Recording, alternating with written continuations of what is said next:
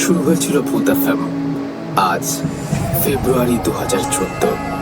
অন্যরকম এক ভূত এফএমে আপনাদের সবাইকে স্বাগত জানাচ্ছি। এখানে যারা ঘটনাগুলো শেয়ার করছেন তারা আপনাদের খুব চেনা, খুব স্পেশাল, এবং এইখানে যে ঘটনাগুলো আপনারা শুনবেন সেই ঘটনাগুলো এই সিটির বাইরে পৃথিবীতে আর কোথাও নেই। আপনার সংগ্রহে রাখার জন্যই আমাদের এই উদ্যোগ, এবং আপনাদের যদি ভালো লাগে তাহলে বছর বছর আমরা আবারও ফিরে আসবো আপনার কাছে। চলুন শুনে আসি আজকের ঘটনাগুলো।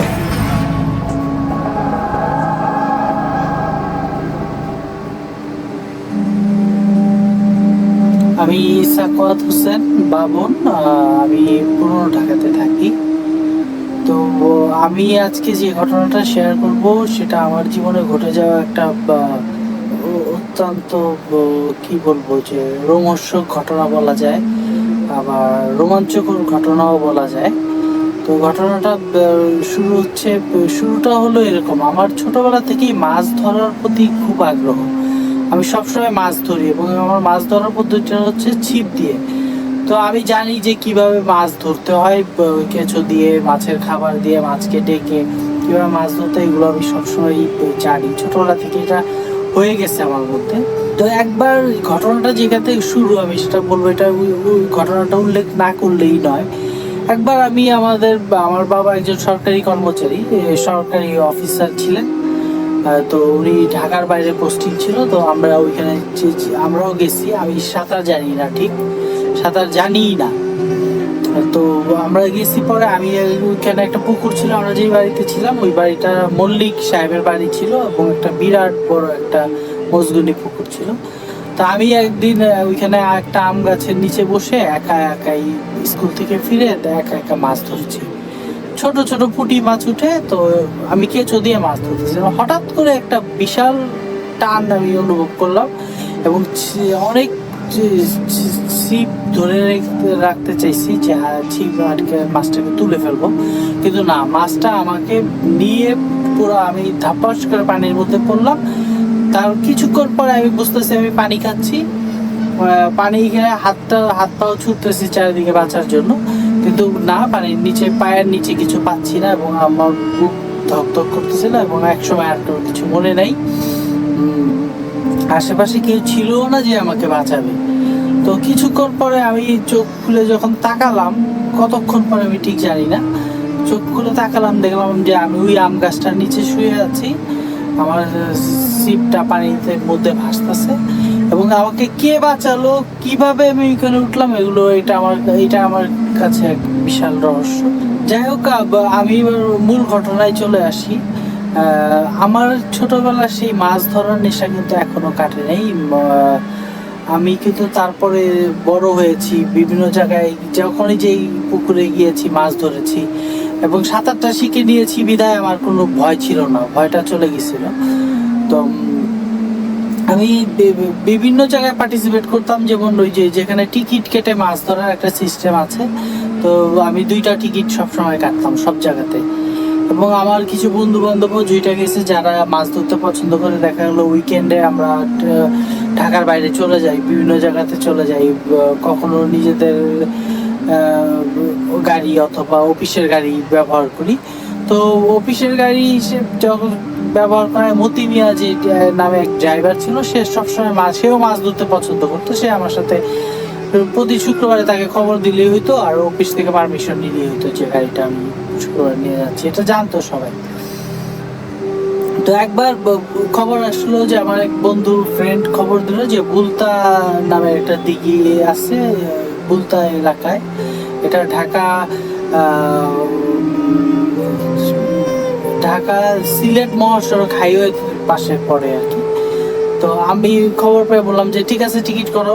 বৃহস্পতিবার থেকে কনফার্ম করলাম। ও বললো যে আমি টিকিট কেটে রাখছি, 2টা কাটি। হ্যাঁ, 2টাই 2জনে করবো। আমি বললাম তোমার জন্য কাটবা না আলাদা? না, আমি 2টা কাটি, তুমি আসো। আমি বললাম যে ঠিক আছে, তাহলে কাটো, কনফার্ম করো। ও আমাকে রাতেও ফোন দিয়ে বললো যে কনফার্ম, কালকে 2টা টিকিট কেটে রাখছি, টিকিট তুমি এখানে আইসা তোমার নাম বললেই হবে, আর আমি তো থাকবোই। তো ঠিক আছে, মতি মেয়েরে ফোন করলাম, মতি কালকে সকালে চলে আসো। 6টার মধ্যে চলে আসবা বাসায়, তখন রওনা দেবো মাছ ধরার। মতি খুব খুশি, মাছ ধরার কথা শুনলে মতি সবসময় খুশি হয়, আর এর জন্য ওর সাথে আমার আন্ডারস্ট্যান্ডিংটা খুব ভালো। তো মতি 6টার জায়গাতে সেদিন ও আর 6টার সময় আসতে পারে না, 8টা সাড়ে 8টার দিকে আসছে। আর আমি বললাম যে মতি তুমি এত দেরি করলা, বলে স্যার সকাল থেকে বৃষ্টি হচ্ছে। আমিও দেখলাম যে কয়েকবার বারান্দায় বের হয়ে দেখছি যে বৃষ্টি হচ্ছে। আর মতি বিহারে ফোন দিতেছিলাম, ওর বাসায় একটা ফোন আছে, সেটা তখন তার মোবাইলের সিস্টেমটা ছিল না, তো মতির বাসায় ফোন ছিল, ওকে আবার ডাইকা দিতে হইতো। তো 2-1 বার ওকে ডাইকা দেওয়ার পরে তৃতীয়বার এসে বললো যে মতি বাসায় নেই। তখন আমি কনফার্ম বললাম যে মতি মনে হয় চলে আসতেছে। তো 8টা সাড়ে 8টার দিকে আমাকে নিচে এসে খবর দিল যে স্যার ও আসছে। আমার দারোয়ান এসে যখন বললো যে স্যার মতি মেয়ে আসছে, তখন আমি রেডি হয়েছিলাম, নেমে গেলাম। ঢাকা সিলেট হাইওয়ে ধরে আমরা যখন ওই বুলতা নামক এলাকাটায় পৌঁছলাম, তখন প্রায় 11টা হয়ে গেছে। বৃষ্টি পড়তেছে, বৃষ্টির কোনো না থামার নাম গন্ধ নেই। আমি যে দেখলাম যে বিশাল বড় একটা দিঘি, ওইটা বুলতা দিঘি নামে ওইখানে পরিচিত। তো দিঘিটা দেখে আমার ভালো লাগছে। আমি বললাম যে এখানে মাছ আছে, হ্যাঁ এখানে মাছ পাওয়া যাবে, মাছের গন্ধ যেন আমি পাচ্ছিলাম। তো আমি আমার যেসব খাবারটা মাছের জন্য যেসব জিনিসপত্র নিয়ে আসছিলাম, সেগুলো নিয়ে আমি ওইখানে যারা ছিলেন তাদের একজনকে জিজ্ঞেস করাই, বললো যে আপনার জন্য এইখানে একটা চৌকি রাখা আছে, এইখানে আপনি মাছ ধরেন। তো জায়গাটাও আমার বেশ ভালো লাগলো, যে একটু ছায়ার মধ্যে একটা পাশে একটা গাছ আছে, করই গাছ, বিশাল করই গাছ ওইখানে। তো আমি ওইটার নিচে আমার চৌকিটা পাতা, তো আমি ওইটার মধ্যে বসে আমি মাছ করলাম। আমি খুঁজলাম যে আমার বন্ধুটা আসার কথা, ওরে দেখলাম যে উনি কই, খবর নিয়ে দেখলাম যে ও আসতেছে না। ও তখন আর ওইখানে ফোন দেওয়ার সিস্টেম নাই, তখন আমি আমার মতো মাছ ধরতে পারলাম। তো 2 ঘন্টা 2-1-এর মধ্যে মাছ ধরা তো একটা ধৈর্যের ব্যাপার। 2 ঘন্টা 2.5 ঘন্টা অতিক্রান্ত হয়ে গেছে, কোনো মাছ পাইনি। আমি এর মধ্যে চার দিয়েছি, যে বিভিন্ন জিনিস একত্র করে ফেললে মাছ এটার গন্ধে চলে আসে। তো একবারের জায়গায় 2 বার চার দিয়েছি। তো ঠিক ঘন্টা 2-2.5 পরে আমি যখন আমার বড়শিতে প্রথম টানটা অনুভব করলাম, এবং বিশাল এক মাছ উঠলো। সেটা হলো প্রায় 7.5 কেজির একটা সিঁদুর রুই বলে। তো এটা একদম লাল টকটক একটা রুই, হ্যাঁ, এবং 7.5 কেজি। আমরা ওইখানে মাপছি, মাছটার ওজন 7.5 কেজি ছিল। আমি তো খুশিতে আর বাঁচি না, মাছটাকে উপরে তুলে তারপরে মাছ যখন ধরলাম, মাছের নেশা পেয়ে গেছে আমার, এবং 1 কেজি 1.5 কেজি 2 কেজি বিভিন্ন সাইজের মাছ উঠতেছে। আমি খুশি। এখন 5টা 5:30, এবং সবার শেষে মনে হয় আমিই ছিলাম যে ছিপ গুছিয়েছি মাছ ধরা থেকে। তারপর ওইখানে বুলতা বাজারে গেলাম, বুলতা বাজারে যে মতি মিয়া আমি চা খেলাম। চাটা খেয়ে তার মতিরে বললাম যে মতি চলো রওনা দেওয়া যায়। তো সন্ধ্যা হয়ে গেছে, নামাজ ওইখানে হয়ে গেছে। তো সন্ধ্যার পরে আমরা রওনা দিচ্ছি। তো সারাদিনে যেহেতু মাছ ধরার পরিশ্রম গেছে, মাছগুলোকে গাড়ির পিছনে রেখে আমরা ঢাকার দিকে রওনা হয়ে গেছি। তো আমার পিছনের সিটে মতি মিয়ার পিছনে, আমরা একটা মাইক্রোবাসে ছিলাম, তো মতি মিয়ার পিছনের সিটটাতে আমি বসে চোখ বন্ধ করে দিছি এবং একটু তন্দ্রায় চলে গেছি। তো মতিকে বললাম যে মতি সাবধানে গাড়ি চালাও, দেখো বৃষ্টি হচ্ছে, গাড়ি যেন আবার বাইরে নিয়ে যাবে। বললো যে স্যার আপনি নিশ্চিন্ত ঘুমান, আপনার ঘুম বাসায় যায় ভাঙবে। তো যেহেতু মাছ ধরা হয়েছে, আমার মনটার মধ্যে একটা প্রশান্তি চলে আসছে। যারা মাছ ধরেন তারা জানেন যে মাছ ধরা পড়লে কি রকম প্রশান্তি লাগে। তো আমি সেই পুরোপুরি প্রশান্তির মধ্যে ডুবে গিয়ে আমার চোখটা একটু বন্ধ করে দিচ্ছি, তন্দ্রা চলে আসছে।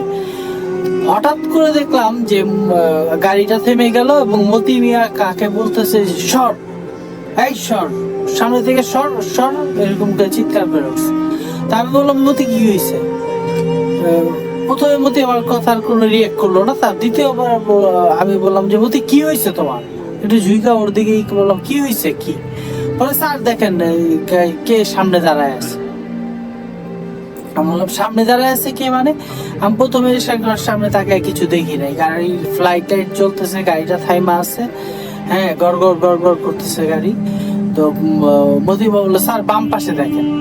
তখন আমি হাতের বাম পাশে দেখালাম, দেখলাম যে সামনের যে ফ্লাইট লাইটটা আছে, লাইটটার ঠিক পাশে একজন দাঁড়ায় আছে, কেউ একজন দাঁড়ায় আছে গাড়িটা ঘেইসা, এমন ভাবে দাঁড়ায় আছে যে গাড়িটাকে টান দিলে তার উপর দিয়ে গাড়ি যেতে হবে।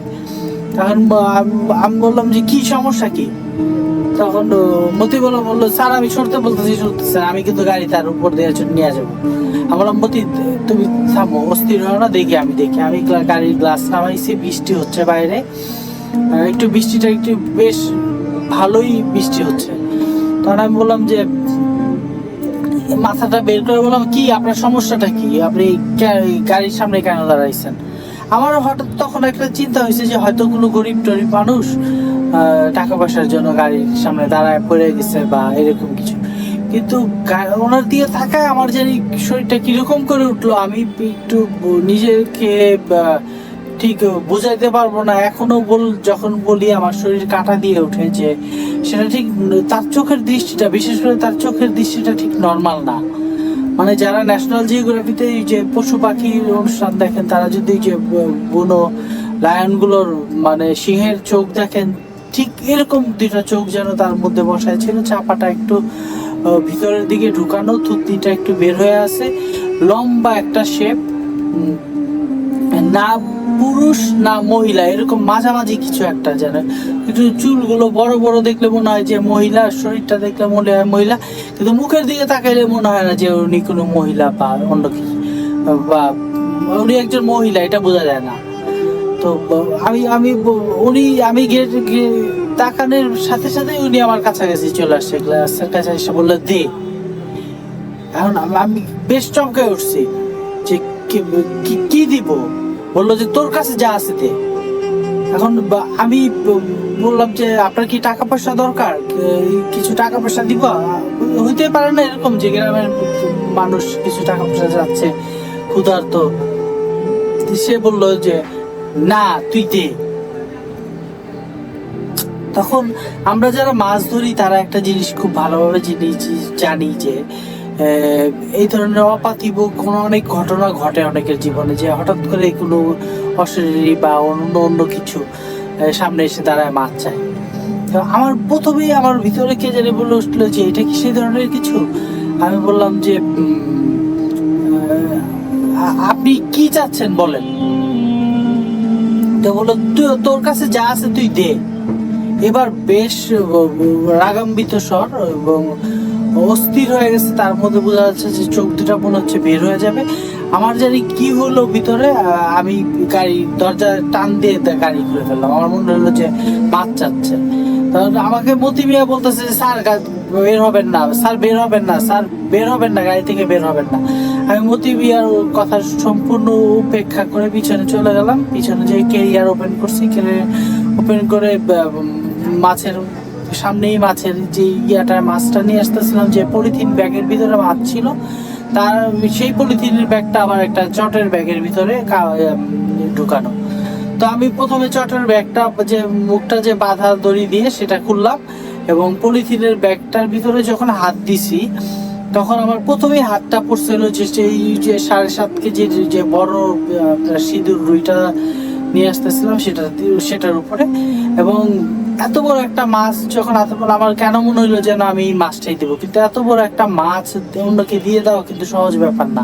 যারা মাছ ধরেন তারা জানেন যে যেটা একটা বিশাল বড় একটা হার্ট হইতে হবে এদের। আমার প্রথমেই তখনই মনে হয়েছে যে এই মাছটা আমি দিয়ে দেবো। তখন আমি মাছটা নিয়ে যেই ঘুরতে যাব, পিছন ফিরছি আর দেখি ওই ঠিক আমার পাশে ওইটা এসে দাঁড়ায় এত কাছে, এত ক্লোজ। আমি পুরো এখনো যে বলতেছি আমার পুরো শরীর একটা ঝিম একটা ভাব হয়ে গেছে, মাথার চুলগুলো মনে হচ্ছে দাঁড়ায় গেছে এই বৃষ্টির মধ্যেও। বৃষ্টি যে হচ্ছে সেগুলো কোনো খেয়াল নেই আমার। তো আমি আমাকে পিছনের দিকে নিজেকে সামলায় বললাম নেন। হ্যাঁ, দেখলাম ও কিছু বলে না, দাঁড়ায় আছে। আমি আবারও বললাম যে নেন, এইটা আপনি নেন। এইবার বললো ওরে, আমার বললো লাগবে না, রেখে দে। বললাম যে লাগবে না মানে? বললো যে লাগবে না, রাখ রাখ ভিতরে রাখ। কারণ আমি ওনার দিকে তাকায় আসি, এরকম দেখলাম যে আমি আমার হাতটা যেন অটোমেটিকলি মাছের ওই ব্যাগের ভিতরে ঢুকে যাচ্ছে। তো আমি এদিকে একটু তাকাইছি, তাকায় দেখলাম যে মাছের ভিতরে ব্যাগের ভিতরে আমার হাতটা ঢুকে গেছে। এখন আমি তারপর যখন আমার পিছনে তাকাইছি, দেখি পিছনে কেউ নেই। আমি দৌড়ায় মতি বিয়ার কাছে গেলাম, ওই পিছনের ক্যারিয়ারটা খোলা, আমি ব্যাগটুকু রেখে দৌড়িয়ে, ও তো মতি তো ওই সামনের সিটে বসে আছে, ড্রাইভিং সিটে। বললাম, মতি তুমি কাউকে দেখছো এদিকে যেতে? না স্যার, কাউকে দেখিনি। তো মতি বললো, মতির সাথে সাথে আমাকে বললেই বললো, আমি বললাম যে হঠাৎ করে কোথায় গেল? মতি সাথে সাথেই গাড়ি থেকে নেমে আসছে। ও নাইমা বললো, স্যার আপনি গাড়িতে উঠেন। গাড়িতে ও মতি একরকম আমাকে ওইখান থেকে নিয়ে আইসা, আমি যেখান থেকে নামছিলাম ওই সিটে ও উঠায় দিল আমাকে। বললো স্যার উঠেন। ও কেরিয়ার বন্ধ করলো, তারপর বললো স্যার আর কোনো কিছু? আমি বললাম, কি দেখলাম মতি? এটা মতি গাড়িতে উঠা গাড়ি চালু স্টার্ট করে দিছে, গ্লাসগুলো বন্ধ করে দিছে, তো গাড়ি চলতেছে। আমি বললাম, মতি কি দেখলাম এটা? তো মতি কিছু একটা বলতে যাচ্ছিল, তারপর দেখলাম মতি চুপ হয়ে গেল। মতি বললো যে কোনো কথাই বলে না। এখন মতিকে আমি যতই প্রশ্ন করি যে মতি আমরা কি অপার্থিব কিছু দেখলাম, আমরা কি ওই ধরনের কিছু দেখলাম, এটা তো আর কি আমি বিশ্বাসও করতে পারতেছি না। কি দেখলাম? মতি কোনো কথাই বলে না। আমি আসলে মতির সাথে কথা বলতেছিলাম নিজের ভয়টা কাটানোর জন্য। তো মতি কোনো কথা বলে না। তো কাঁচপুর ব্রিজ অতিক্রম করলাম। মতিকে বললাম, মতি গাড়ি সাবধানে চালা। আমার ভয় হচ্ছিল যে মতি না গাড়ি রাস্তার বাইরে ফেলে দেয়।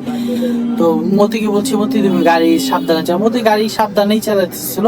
কাঁচপুরের ব্রিজ যখন ক্রস করে আমরা এদিকে আসছি, তো তারপরে মতি মনে হইলো যে ঝড়ের বেগে ঢাকার দিকে চলে আসতেছে গাড়ি। তো কিছুক্ষণ গাড়ি ও স্পিডটা অনেক বাড়ায় দেয়, আবার গাড়িটা কিছুক্ষণ কমায় দেয়, আস্তে আস্তে যায়। আমি বললাম যে মতি তুমি সাবধানে চালো। ওকে যতই বলি ও আমার কোনো কথাই শুনতে পারে। আমি যে পিছনে বসে আছি এটা যেন মতির খেয়ালেই নেই। তারপরে যাই হোক, আমার আর কোনো বিপদ হলো না, আমরা ঢাকায় চলে আসলাম। তো ঢাকার মানে যে যাত্রাবাড়িতে এসে, যাত্রাবাড়ি যারা ওইখানে যান সবসময় জানেন যে বাম পাশে একটা পেট্রোল পাম্প আছে। তো মতি গাড়িটাকে, পেট্রোল পাম্পটাকে ভিতরে গাড়িটা নিয়ে ঢুকাই দিল। ঢুকাই দিয়ে মতি গাড়ি থেকে নেমে আসছে, আমিও গাড়ি থেকে নামছি। মতি আমাকে জড়ায় ধইরা পুরো হাউমাউ করে কাঁদতেছে যে স্যার, স্যার আজকে আমাদেরকে আল্লাহ বাঁচাইছে, স্যার আজকে আমাদেরকে আল্লাহ বাঁচাইছে, আমাদেরকে ঢাকায় ফেরার কথা ছিল না। বললাম যে মতি কি এরকম একটা মাছ চাইছে, মাছ দিয়ে দিছি, সব শেষ। মানে আমরা জানি যেটা চাই এরকম দিলে আর বিপদ আপদ হয় না। হ্যাঁ, কোনো ঝামেলা ছিল না। কয় স্যার, যাকে আপনি মাছ দিচ্ছেন সেই জিনিসটা আপনার পিছনের সিটে বসে আসছিল। আমরা যে ঢাকা পর্যন্ত আসছি স্যার, কাশপুরের আগ পর্যন্ত পুরোটাই আপনার পিছনে বসেছিল। আমি বললাম, তুমি দেখলা কেমন? স্যার আমি ব্যাক মিররে দেখতেছি সে আপনার পিছনে বসে আছে এবং এক দৃষ্টিতে আমার সামনের দিকে তাকায় আছে এবং আপনারা দেখতেছি। আর আমার পুরো শরীর, আমারও শরীর কাটা দিয়ে উঠলো। মতি বলতেছে যে স্যার কাঁচপুরের ব্রিজের পরে তাকে কখনো দেখছি বসে আছে, কখনো দেখছি নাই। যখন দেখছি বসে আছে আমি গাড়ি আস্তে আস্তে চালাইছি, আর যখন দেখছি নাই স্যার আমি গাড়ি জোরে জোরে চালাইছি। তো স্যার আজকে আমাদেরকে আল্লাহ বাঁচাইছে। আল্লাহ যদি আমাদের সাথে না থাকতো তাহলে আমাদেরকে কেউ বাঁচাতে পারতো। তো এটা আমার জীবনে ঘটে যাওয়া একটা রহস্যময় ঘটনা।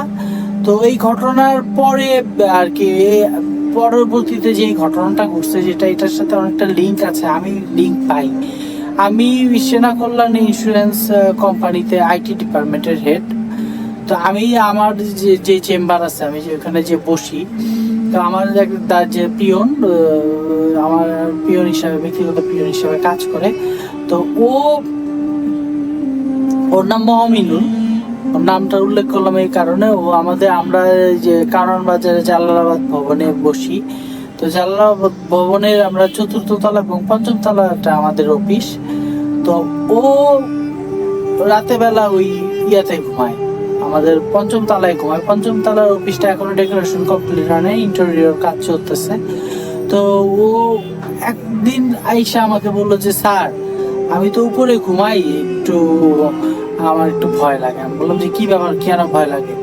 কয় স্যার ওই যে আমাদের পাশে যে বিল্ডিং, রাস্তার ঠিক অপোজিটে একটা বিল্ডিং আছে, সেখানে ওই যে সোশ্যাল ইনভেস্টমেন্ট ব্যাংকের একটা শাখা আছে। তো তো বললো ওইটার উপরে খালি, চারিদিকে দেয়াল তুলে তুলে ছাদটা করে রাখছে, ওইখানেও কাজ চলতেছে। বললো স্যার আমি তো আমাদের উপর তালায় ঘুমাই, তো স্যার হঠাৎ করে রাত্রেবেলা ঘুম ভেঙে গেছে, আমি ওই দেয়ালের দিকে তাকাইলাম, দেখলাম যে ছাদের উপরে যে কে হাঁটতেছে, ওই বিল্ডিং এর ভিতরে কে হাঁটতেছে। এবং হাঁটতে হাঁটতে স্যার ঠিক আমাদের যে সামনে ওই বিল্ডিংটা থেকে বের হয়ে গেল, শূন্যের মধ্যে সে হাঁটতে হাঁটতে মিউনিসিপ্যাল কর্পোরেশনের অফিসটা ক্রস করে চলে গেল। তারপর স্যার আমি কিছু দেখলাম না। আর বললাম কেমন দেখতে? তো আমি যে জিনিসটাকে দেখছি মহামিনুলের বর্ণনাটা হুবহু এক। তো আমি ওর বর্ণনাটা শুনে আবার চমকাই গেছি যে এখন আমি এইখানে আছি, মানে জালালাবাদ ভবনের কথা বলতেছি, যে আমি যে অফিসটার পিছন দিয়ে ওই বিল্ডিংটা দেখা যায়, একদম আমার জানলাটা গ্লাস, বড় গ্লাসটার পিছন দিয়ে দেখা যায় যে পুরো ওই বিল্ডিংটা দেখা যায়। এখন আমি মহামিনুলের ভয়ে বর্ণনা শুনে চমকে উঠলাম এই কারণে যে ওইটাকে আমাকে ফলো করছে এখনো। আমি কিন্তু মাছ ধরা ওই ঘটনার পরে অনেক কমিয়ে দিয়েছি, এখন সহজে মাছ ধরতে যাই না। যাই হোক, এটা আমার জীবনে একটা ঘটে যাওয়া বিশাল রহস্যময় ঘটনা।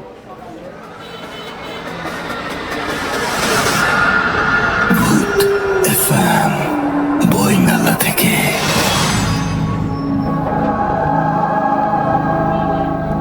শুনছেন ভূত এফএম এবং আপনাদের সবাইকে আরো একবার স্বাগত জানাচ্ছি।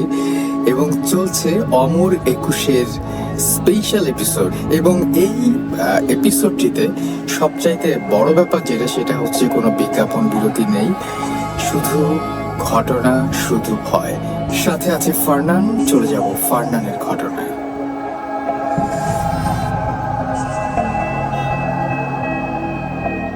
হ্যালো লিসেনার্স, আমি ফারনান পুরান ঢাকা থেকে এসেছি। আর আমি এখন যে ঘটনাটা শেয়ার করব সেটি আমাকে একজন মেইল করে পাঠিয়েছেন এবং ওনার নাম হচ্ছে জাহিদুল হাসান। উনি খুলনায় থাকেন। তো ঘটনাটা প্রায় 12 বছর আগের পুরনো একটা ঘটনা এবং উনি আমাকে মেইলে যেভাবে লিখে পাঠিয়েছেন আমি ঠিক সেভাবে আপনাদের সাথে শেয়ার করার চেষ্টা করব।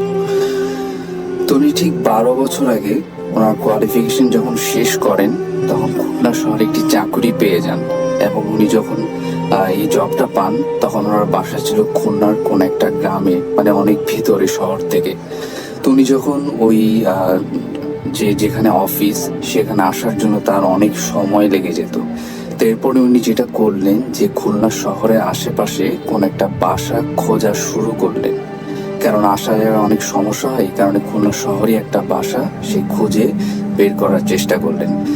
তো খুঁজতে খুঁজতে একটা বাসা সে পেয়ে গেলেন এবং এই বাসাটা ছিল আপনার খুলনা শহরেই এবং অফিস থেকে ওনার বাসার দূরত্ব ছিল প্রায় আধা ঘন্টা। তো বাসাটা প্রথম দেখা দিয়ে তার খুব ভালো লেগে যায় এবং বাসাটার বর্ণনা আমি একটু দিব। বাসাটি ছিল এমন যে বাসার একতলায় ছিল আপনার ঔষধের গোডাউন এবং দোতলায় ছিল ছোট ছোট রুমের একটা ফ্ল্যাট এবং বাসার মালিক থাকতো খুলনা শহরের অন্য একটা বাসায়, মানে এই বাসায় মালিক থাকতো না। তো খুব ছোট একটা বাসা এবং বেশ পুরোনো আমলের একটা বাসা।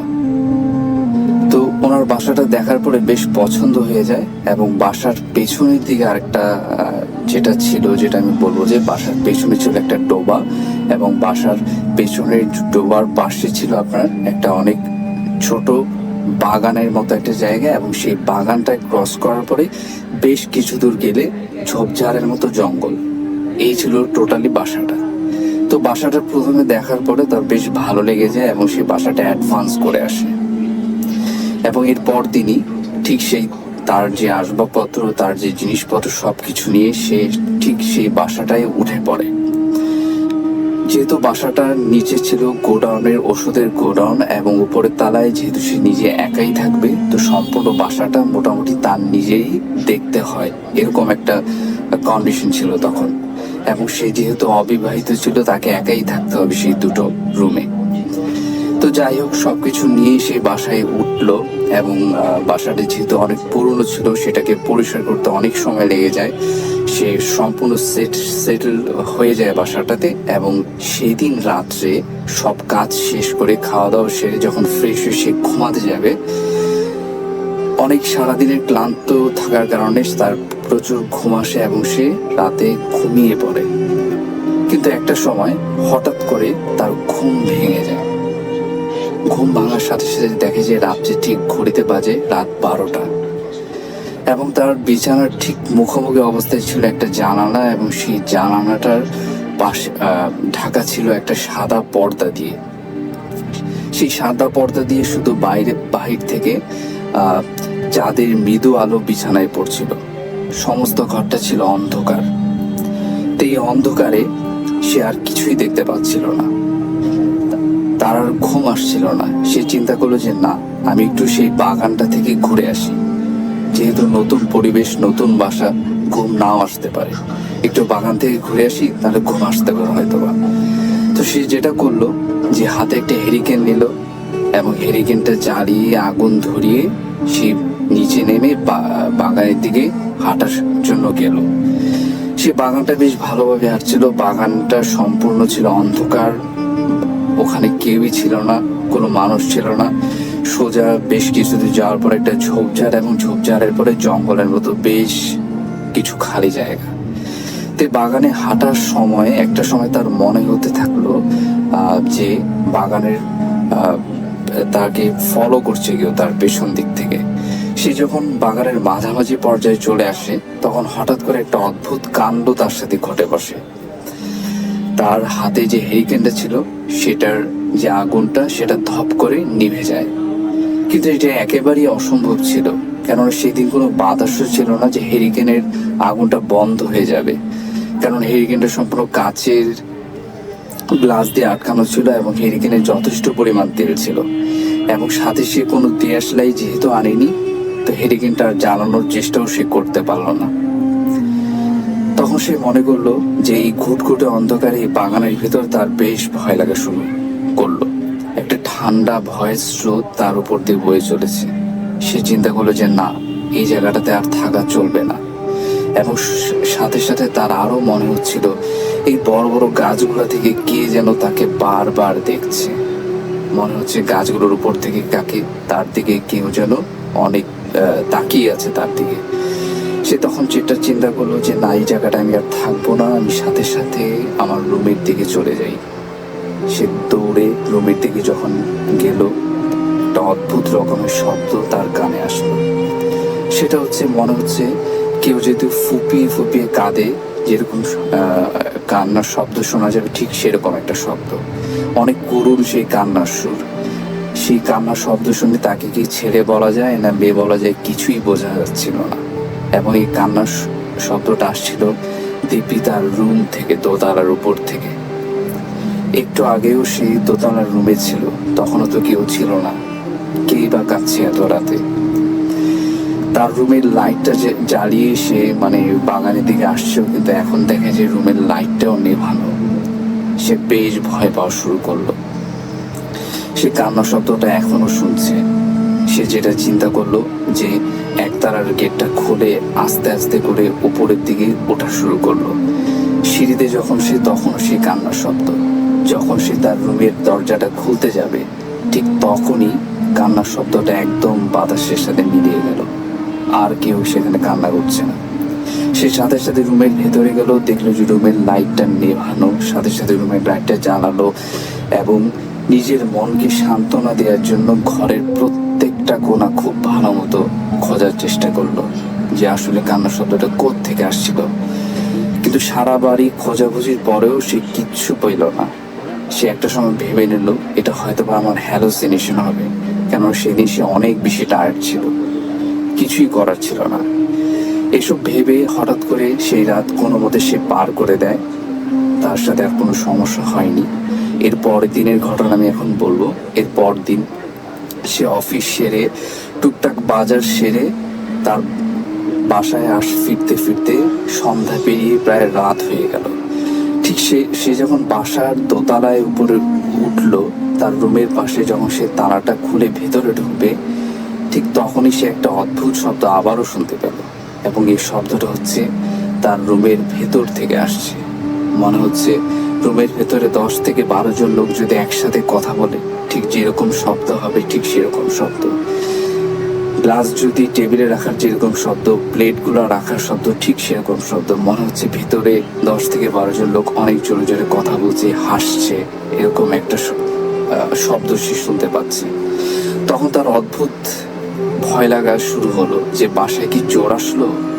এই বাসার রহস্যটা সে কোনো মতেই উদ্ঘাটন করতে পারেনি। গতকাল রাতে ছিল কান্নার শব্দ, আজকে আবার এরকম। সে চিন্তা করলো হয়তো বা বাসায় কোনো চোর এসেছে। সে সাথে সাথে যেটা করলো, যে চিন্তা করলো যে না, সে এখন আর রুমের তালাটা খুলবে না, সাথে সাথে নিচে চলে গেল এবং সে চিন্তা করলো যে কাউকে নিয়ে যদি উপরে গেট খোলা যায় তাহলে চোর ধরা যাবে। সে সাথে সাথে যেটা করলো, তাদের বাসার বাহিরে একটা মুদির দোকান ছিল, সেখানে 2 জন লোক বসা ছিল, তাদেরকে নিয়ে সেই দরজাটা খোলার জন্য গেল। দরজাটা খুলতেই সে অবাক হয়ে গেল। ভেতরে লাইট নেভানো, কিচ্ছু নেই।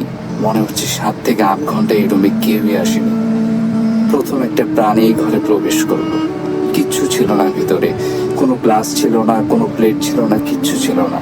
এতক্ষণের যে হইচই করার শব্দ, কিছুই তার আর সেখানে গেট খোলার পরে সে দেখতে পেল না। তারপর সে ফ্রেশ হলো, কাজটার সবকিছু সেরে যখন ঘুমাতে যাবে, এইসব 9-6 ভাবতে ভাবতে, এই বাড়ির রহস্যের কথা ভাবতে ভাবতে হঠাৎ কখন যে ঘুমিয়ে পড়লো সেটা সে জানে না। অনেক রাত্রির দিকে আবারও তার ঘুম ভেঙে গেল এবং ঘুম ভেঙে এবার যেটা সে দেখলো যে তার রুমের তার খাটের যে ঠিক বরাবর যে জানালাটা সাদা পর্দা দিয়ে ঢাকা ছিল, ঠিক সেই জানালাটাই কে যেন দাঁড়িয়ে আছে। জানালাটার কার্নিসের উপর কে যেন দাঁড়িয়ে আছে এবং সেটা শুধুমাত্র তার দিকেই চেয়ে আছে। তার কাছে মনে হচ্ছে যে বাতাসের ঝাপটায় সেই জিনিসটা, পর্দাটা বারবার সরে আসছে এবং সে অদ্ভুত প্রতিকৃতি তার চোখে পড়ছে। এবং সেটা ছিল এমন যে ওটা 2টা চোখ প্রচণ্ড লাল জলজলে তকতকে তার দিকে চেয়ে আছে প্রচণ্ড রাগান্বিত দৃষ্টিতে। সে সাথে সাথে প্রচণ্ড চিৎকার করে বিছানা থেকে উঠে গেল। সে প্রচুর ভয় পেয়ে গেল এবং সে দরদর করে ঘামা শুরু করলো। তার বোঝার বাকি রইল না যে এটা ছিল তার একটা দুঃস্বপ্ন। তার ঘুম ভেঙে গেল। সে সাথে সাথে বিছানা থেকে উঠে লাইট জ্বালানোর চেষ্টা করলো, কিন্তু রুমের লাইট জ্বলছে না, ফ্যানও চলছে না, রুমের ইলেকট্রিসিটি চলে গেছে। সে সাথে সাথে তার সেই জানালাটা দিয়ে গেল যেখানে সে একটু আগে স্বপ্ন দেখেছে। দেখলো যে জানালাটা খুলে বাইরে কিচ্ছু নেই, বাইরে প্রচণ্ড ঝড়ের মতো বাতাস বয়ে চলেছে। একটু পরেই মনে হয় অনেক ঝড় নামবে, এরকম মনে হচ্ছিল। সে সাথে সাথে দেখলো আকাশের দিকে থেকে আকাশে প্রচুর বিদ্যুৎ চমকাচ্ছে, একটু পরেই বৃষ্টি নামবে। প্রচণ্ড বাতাস, প্রচণ্ড মেঘের গর্জন, প্রচণ্ড ভয়ানক একটা অবস্থা। রুমের লাইটও জ্বলছে না। সে সাথে সাথে আবারও তার বিছানায় চলে গেল ঘুমানোর জন্য। কিন্তু এই রুমের যে অন্ধকার, গভীর অন্ধকার, ঘুটঘুটে কালো অন্ধকার, সে একসময় সহ্য হয়ে গেছিল তার।